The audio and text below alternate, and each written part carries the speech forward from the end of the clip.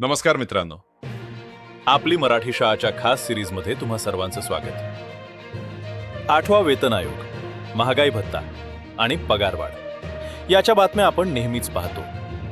पण मिळालेला हा पगार योग्य ठिकाणी गुंतवून सुरक्षितपणे कसा वाढवायचा, याचसाठी आपण सुरू करत आहोत ही नवीन सिरीज. आजचा पहिलाच प्रश्न खूप महत्त्वाचा आहे. सरकारी कर्मचाऱ्यांना शेअर बाजारात किंवा म्युच्युअल फंडात पैसे गुंतवण्याची कायदेशीर परवानगी आहे का, की यामुळे नोकरीवर काही गदा येऊ शकते? चला 2 मिनिटात याचे उत्तर स्पष्ट समजून घेऊया. कायदेशीर नियम काय सांगतात? मित्रांनो, शासकीय कर्मचाऱ्यांसाठी केंद्रीय नागरी सेवा आचार नियम 1964 CCS कंडक्ट रूल्स लागू असतात. यातील नियम क्रमांक 16 नुसार 1. शेअर बाजारात सट्टा स्पेक्युलेशन करण्यास पूर्ण बंदी आहे. म्हणजेच तुम्ही रोजच्या रोज शेअर्सची खरेदी विक्री, इंट्राडे ट्रेडिंग किंवा F&O trading in futures and options करू शकत नाही. नियमांनुसार हा एक प्रकारचा व्यापार मानला जातो, जो नोकरीत अमान्य आहे. 2. इन्साइडर ट्रेडिंग आपल्या पदाचा किंवा गोपनीय माहितीचा वापर करून शेअर्स घेणे हा गंभीर गुन्हा आहे.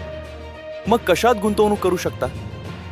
पण याचा अर्थ असा नाही की तुम्ही शेअर बाजारापासून पूर्ण दूर राहावे. नियमांनुसार खालील गोष्टी 100% कायदेशीर आहेत. दीर्घकालीन गुंतवणूक, लॉंग टर्म इन्व्हेस्टमेंट. तुम्ही चांगल्या कंपन्यांचे शेअर्स खरेदी करून ते काही महिने किंवा वर्षांसाठी होल्ड करू शकता. म्युच्युअल फंड आणि SIP. म्युच्युअल फंडात केलेली गुंतवणूक ही सट्टेबाजीत मोडत नाही. त्यामुळे तुम्ही बिनधास्त दरमहा SIP करू शकता.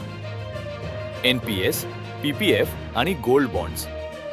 या सरकारी योजनांमध्ये गुंतवणुकीवर कोणतीही बंधने नाहीत. महत्त्वाचा नियम: एका आर्थिक वर्षात तुमची एकूण गुंतवणूक तुमच्या 6 महिन्यांच्या मूळ पगारापेक्षा बेसिक पे जास्त होत असेल तर त्याची पूर्वकल्पना किंवा माहिती आपल्या कार्यालयाला /विभाग प्रमुखाला देणे आवश्यक असते.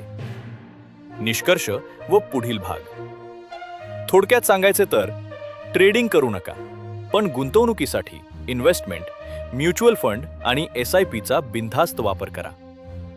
या सिरीजच्या पुढच्या भागात आपण पाहणार आहोत 80C पलीकडे जाऊन सरकारी कर्मचाऱ्यांनी टॅक्स कसा वाचवावा.